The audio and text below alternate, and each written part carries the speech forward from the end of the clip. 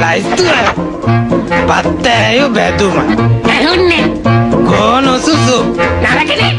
නියගල හොත Marie නයි බිත්තර උම්ලන් බේමු අද විශේෂ පාසාහනක් ඒක අන්න හොඳයි දෙන්නම් මං අද පප්පලට රැකිනට යවනවා කේක් එක ලස්සන පාටට තියෙන්නට සායම් දානවා බේසමට එකක් මදි දෙකක් දානවා